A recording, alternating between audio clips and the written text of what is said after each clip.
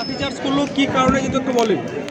দেখুন এখানে নতুন একজন অফিসার এসে শুনতে পাচ্ছি, তার নাম নাকি বিক্রম, কি নাম যেন, বিক্রম প্রসাদ। সে বেশি চটি চাটতে যাচ্ছে, তার সেই চটি চাটার অভ্যেসটা এখনো রয়ে গেছে। একসময় মুখ্যমন্ত্রীর ওখানে ছিলেন শুনলাম, সেই কাজ করেছে বলে আমরা জানতে পারছি। আমাদের 4 জন আপাতত খোঁজ পেয়েছি, তারা আহত।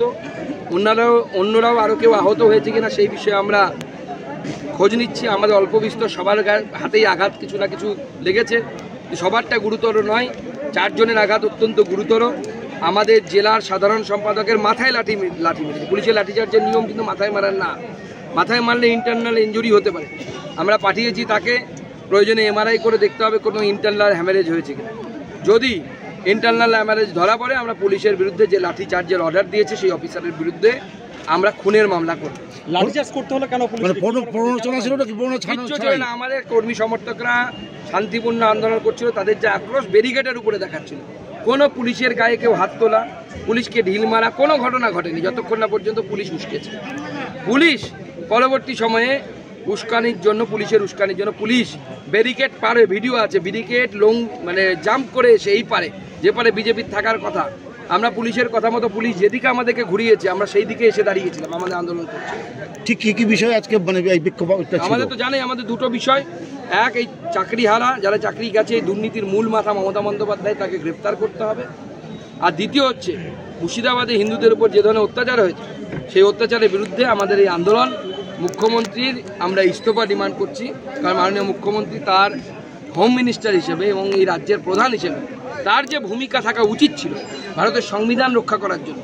আমার সংবিধানে হিন্দুরও রাইট আছে, তার ধর্মীয় স্বাধীনতা আছে, সেই স্বাধীনতা মুর্শিদাবাদে মুখ্যমন্ত্রী রক্ষা করতে পারেননি। উনি সংবিধানের শপথ নিয়ে পদে বসেছেন, সেটা রক্ষা করতে পারেননি, সেই জন্য এই মুখ্যমন্ত্রীর ইস্তফা দেন। পুলিশ বলছে আপনাদের দলের, দেখুন কি ধরনের অত্যাচার হয়েছে, এখন লাঠির দাগ। এদিকে আসুন আপনি। আমাদের প্রাক্তন মণ্ডল সভাপতি, আমাদের জেলার নেতা, তাকে মেরে কি অবস্থা করেছে দেখুন।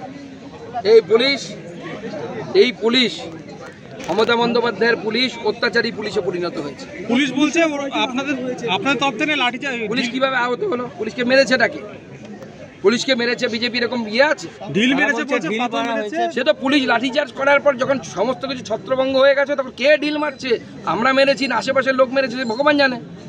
প্রথমে তো শান্তিপূর্ণ ছিল, আমাদের কর্মীরা বাসের ব্যারিকেডের উপর আক্রোশ দেখাচ্ছিল। বাসের ব্যারিকেডের আক্রোশের তো কারো লাগার কথা না। একজনও পুলিশের গায়ে হাত দিয়েছে প্রথমে আপনারা দেখাতে পারবেন না, বিজেপির কোনো নেতা কর্মী। যখন পুলিশ তাদের এলাকা ছেড়ে বেরিয়ে এসে বিজেপির এলাকায় ঢুকলো, এদিকের এলাকাটা তো বিজেপির ছিল, ওদিকেরটা পুলিশের ছিল। পুলিশ ওপারে থাকতো কিচ্ছু হতো না, এপারে এসে মস্তানি মারাতে গেলে কেন? এখানে মস্তানি মারলে মার খেতে হবে। তাহলে কি মনে করছেন জেলায় জেলায় যাতে বিজেপি বিক্ষোভ না করতে পারে সেই কারণে আজকে লাঠিচার্জ? দেখুন, পুলিশ এবং সরকার দুটোই এই মুহূর্তে হচ্ছে পাগলের মতো অবস্থা।